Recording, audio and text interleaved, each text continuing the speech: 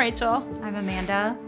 And we have a 2-year-old daughter, Teagan. We've always wanted kids. And eventually landed on doing IVF.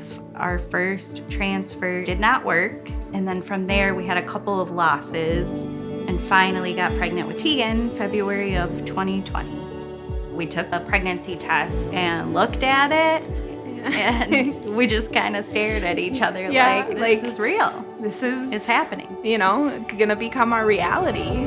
We started seeing Dr. Stevens pretty much right off the bat. She is a great provider, and we could see that, from the very start. There were a lot of complications that came out through the pregnancy, but it was so wonderful to be able to be there for her throughout those challenges, to let her know we're gonna get through this. We're gonna get a healthy baby at the end of this. Dr. Stevens decided that we were going to do weekly ultrasounds, and we noticed that Teagan was a little on the small side, but nothing concerning at that point until 32 weeks when I went in. My blood pressure was 170/110. Teagan had fallen below the 10th percentile. I would be told that I had to live in the hospital until Teagan was born and that she would be a premature baby.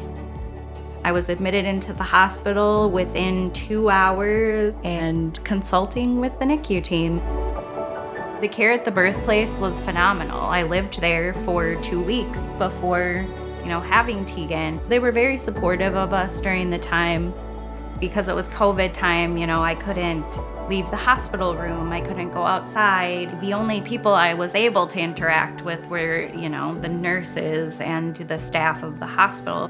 The nice thing about Southdale is that they always made sure that if a nurse that I was familiar with was on that day, that she was my nurse.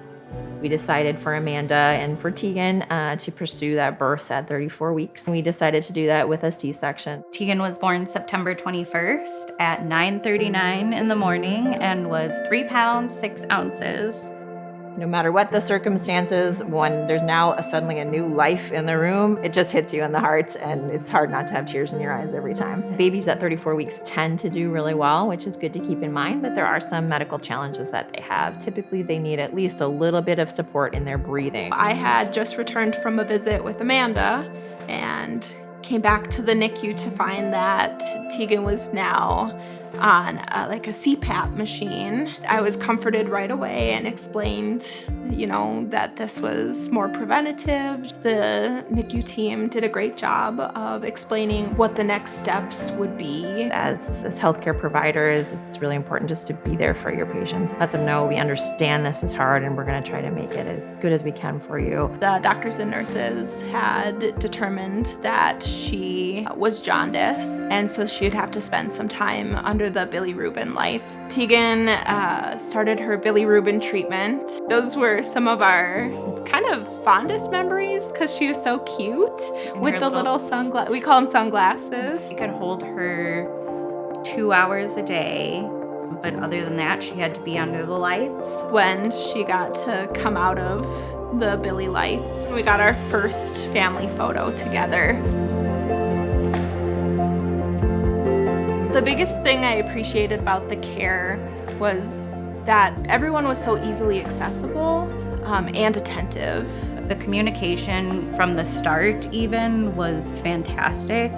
The care was just wonderful there. At the Birthplace, our NICU is fabulous, has really great support for the babies. I always have all the resources I need to be able to provide the best care to patients.